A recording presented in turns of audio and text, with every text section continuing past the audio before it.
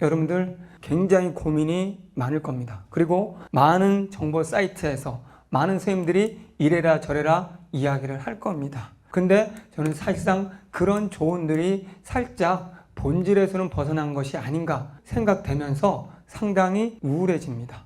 왜냐하면 3등급 이하의 친구들도 제대로 된 공부 방식으로 접근을 한다면 충분히 1등급으로 갈 수도 있음에도 불구하고 떠도는 잘못된 정보와 공부 방법, 선생님들의 잘못된 지식 전달이 얼마나 여러분을 슬프게 할 것인가, 그걸 생각하면 교육자로서 또는 이렇게 오랫동안 강의를 한 사람으로서 너무 안타깝다는 말씀을 드리고 싶습니다.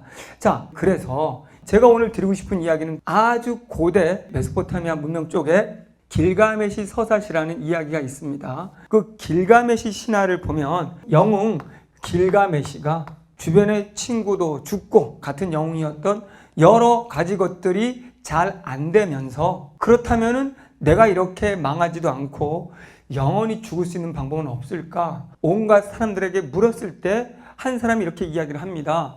저 바다 가장 깊은 곳으로 내려가면 그 속에 불로초가 있을 것이다 라고 알려줍니다. 모든 사람들은 믿지를 않죠. 그러나 길가메시는 영원한 생명 그리고 변하지 않는 것 간절하게 원했기 때문에 그 이야기를 믿고 과감히 도전을 합니다. 그래서 요 부분이 바로 가장 깊은 곳까지 들어가는 것, 가장 깊은 곳에서 만나는 것, 이게 심연이라고 합니다. 깊은 심자거든요. 그러면 이 길가메시는 이 불로초를 구하기 위해서 자기 몸에 큰 바위돌을 묶고 들어갑니다. 분명히 어떨 수가 있죠? 불로초를 못 찾을 수도 있고 또 다시 올라올 수 없기 때문에 죽을 수도 있습니다. 그러나 남들이 하지 않은 도전을 길가메시는 도전을 했던 겁니다. 지금 보는 것처럼 불로초는 가장 깊은 곳에 있습니다. 이것이 상징하는 바가 뭔지를 맞춰보시기 바랍니다.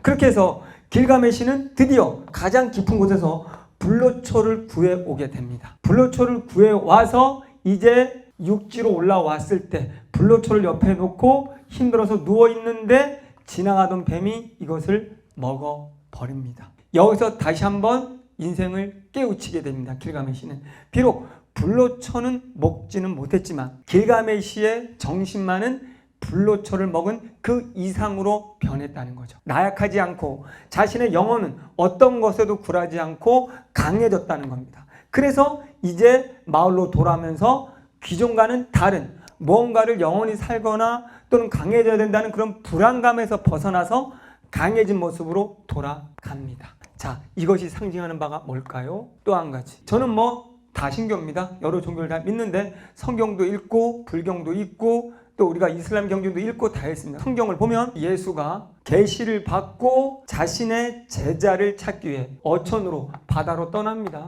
왜? 도시 속에서는 내가 찾는 제자가 없다 생각하고 어촌으로 갔을 때 이 베드로가 바다 연안 요 가까운 곳에서 물고기를 잡고 있었고 그런데 한 마리도 잡지 못해서 슬퍼하고 있었습니다. 그때 이 모습을 본 예수가 한마디를 던집니다. 깊은 바닷속으로 더 멀리 나가라. 그랬을 때 베드로는 저 사람 누군데? 믿지 않으려다가 역시 베드로는 깊은 바다 한가운데로 배를 몰아갔습니다. 한 마리도 못 잡았던 그 뱃속에서 좀 더 멀리 깊게 들어갔을 때 엄청 많은, 여기 만약에 하루에 많이 잡으면 10마리였다. 여기는 한 1000마리 정도를 잡게 되는 거죠. 그물에 온통 고기가 걸려있는 것을 보고 기뻐합니다.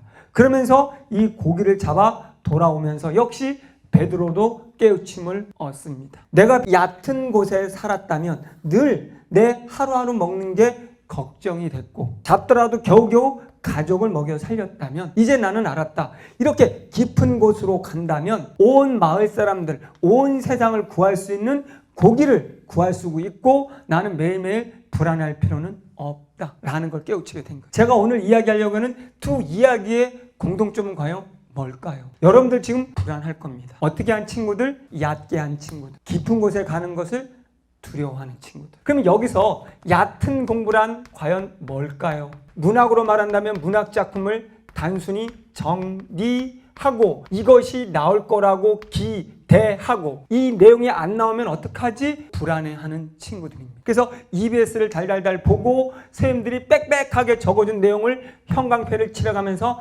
암기하고 있는 친구들, 얕은 공부하고 있는 거예요. 비문학으로 본다면 그냥 선생님들이 읽어주는 지문 뜻풀이 지식 받아 적으면서 그래 이게 나올 거야. 내가 알고 있는 지식으로 실력이 올라갈 거야. 그래서 내가 본 지문이 나와서 풀 수 있을 거야 라고 생각하는 친구들이 얕게 공부하고 있는 거예요. 얕게 공부하고 있는 친구들 하면 또 한 가지 모의고사에 목을 매는 친구들입니다. 모의고사를 풀었을 때 모의고사의 문제가 나올 거라는 헛소문을 듣고 국어에서 모의고사의 적중률은 0%입니다. 가장 적중률이 높은 건 단연 EBS겠죠. EBS에서는 문학작품이 나와도 지문이 다르고 문제가 완전히 다르고 제목만 같습니다. 비문학은 EBS에 나왔던 지문에 한두 줄이 나옵니다. 제가 단언컨대 시중에 어떤 모의고사도 EBS보다 적중률이 높지 않고 시중 모의고사는 아예 적중률 0%입니다. 그리고 나온다고 하더라도 비스무리하게 두세 줄 정도, 그게 여러분을 문제 푸는데 도움을 주었을까요? 절대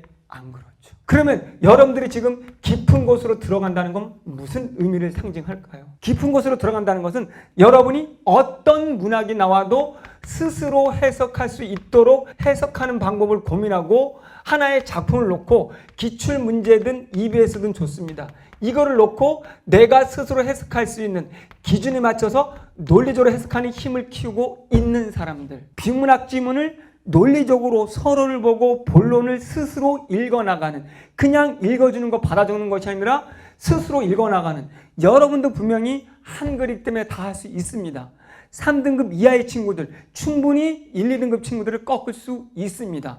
어떻게 한다면? 제가 오늘 알려주는 깊은 공부를 한다면 비문학 서론을 보고 본론을 추론해 나가면서 글쓰기 패턴에 따라 빠른 속도로 이해해야 되는 거고 과학이나 기술, 경제, 지식으로 푸는 게 아니라는 거죠. 그래서 서론을 보고 글쓰기 유형대로 논리적으로 글을 읽어가는 연습을 한다면 깊이 있는 공부를 하고 있는 것이고, 또 모의고사를 풀더라도 2학년 어려운 지문을 풀면서 여러분을 자꾸 깨뜨리는 겁니다. 난 아직 이게 안 되네? 난 될 줄 알았더니 안 되네라는 걸 깨우치면서 그 다음에 읽을 때도 여러분이 스스로 논리적으로 그것이 중요한 문장이고 아닌 문장을 구분하지 못한 채 그냥 맹목적으로 읽었기 때문에 그 다음에도 읽기 능력이 늘지 않아서 문제를 틀린 거지, 문제를 몰라서 틀린 게 아닌데도 불구하고 여러분들은 그냥 모의고사 해설서를 보면서 이건 여기서 틀렸고 난 이렇게 봤어야 되고 이게 이 문장이었네 라고 정답 확인하는 것을